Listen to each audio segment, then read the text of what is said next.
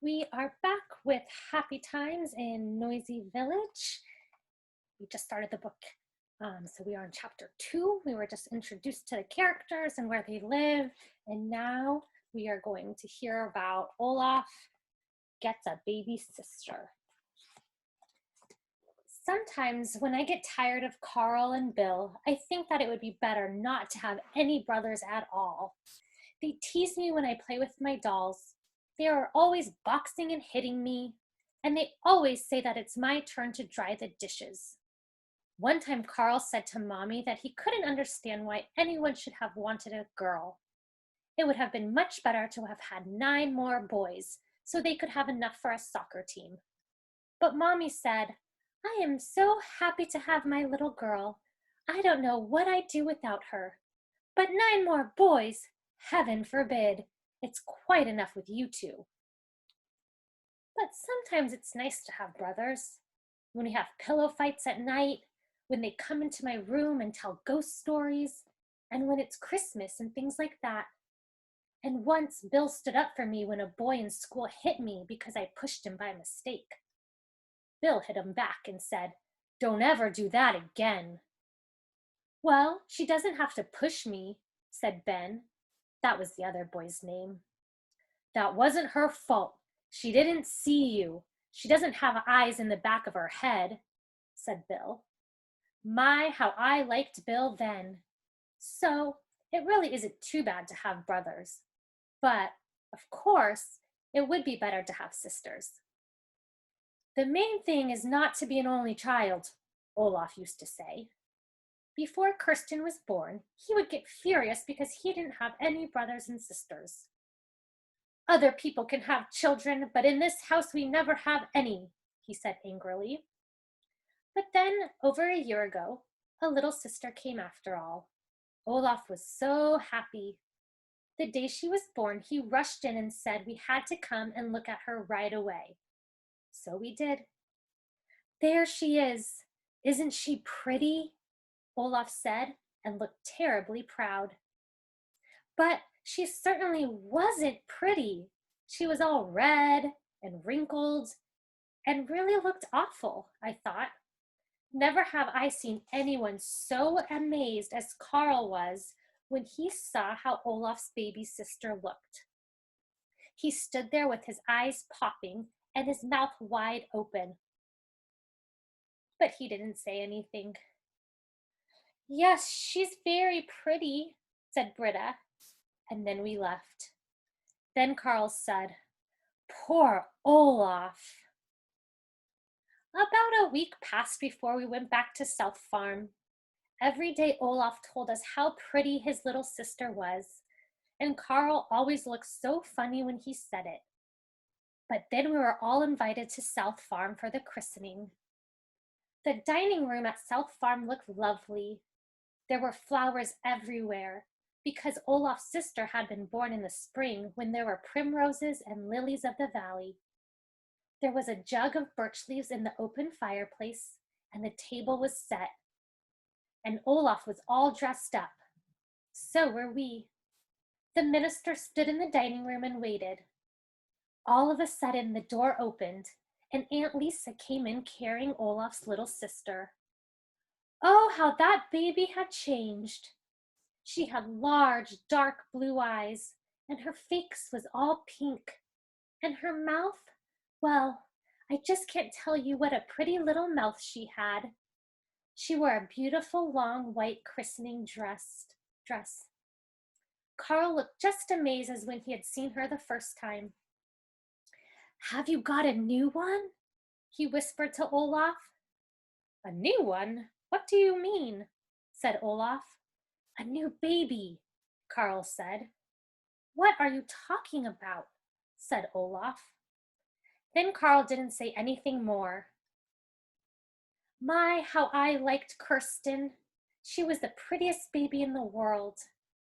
Anna and Britta and I used to run over to South Farm almost every day to watch while Aunt Lisa took care of her. Here's a pretty baby Kirsten. How she wiggled and kicked. Not Aunt Lisa, of course, But Kirsten, she looked so sweet. She wiggled most of all when she had her bath. She loved to take a bath. Sometimes when she lay in her bassinet, she almost talked. It sounded like, ba ba. Olaf thought she would soon be able to say anything she wanted. When Olaf went to the bassinet to look at Kirsten, she would smile just as if she were happy to see him. She didn't have any teeth, but she still looked sweet when she smiled. Olaf's eyes sparkled when he looked at her. Skip was a little jealous of Kirsten. He wants Olaf to like him, of course. But Olaf petted Skip a lot and told him he was a very good and fine dog, so Skip wasn't jealous anymore. Once, Aunt Lisa let Anna and me take care of Kirsten. Olaf wasn't home, thank goodness. Otherwise, he would have wanted to take care of her himself. This is how it happened. Kirsten was lying in the bassinet and started to cry like anything just as Aunt Lisa was about to take some loaves out of the oven. She was wet and hungry and mad. Kirsten, of course, not Aunt Lisa. So Aunt Lisa said, "Do you girls think you can bathe her?" "Of course we could," we said. Anna brought out a bathtub and poured water into it. Aunt Lisa came and tested the water with her elbow, and I lifted Kirsten out of her bassinet. And do you know, she stopped crying at once and started laughing instead. Having fun in the bathtub. When I held her close to me, she nibbled my cheek. It didn't hurt because she didn't have any teeth, you know. My face got all wet, but that didn't matter. Aunt Lisa has taught me how to hold babies. You should hold them so their backs get support. I also know how you should hold them when you give them a bath, so they won't get their heads under the water. So I held Kirsten while Anna washed her with the washcloth. Kirsten wiggled and kicked and said, "Ba, ba." Then she tried to suck the washcloth, but we didn't let her. "She's so cute that I could eat her up," said Anna. Anna had put a blanket on the kitchen table and a bath towel to dry Kirsten with. When I had finished bathing Kirsten, I put her on the blanket very carefully. We wrapped her in the towel, and Anna and I helped each other dry her. Then we sprinkled her all over with talcum powder. Suddenly, Kirsten put her big toe in her mouth and started sucking it. But we had to take her toe away from her when we started to put on her little shirt. Aunt Lisa helped us to put on her diaper, because that was a little harder. But we put her pants on by ourselves. When she was all ready, Aunt Lisa fed her. Afterwards, Aunt Lisa let Anna and me take Kirsten for a ride in her carriage.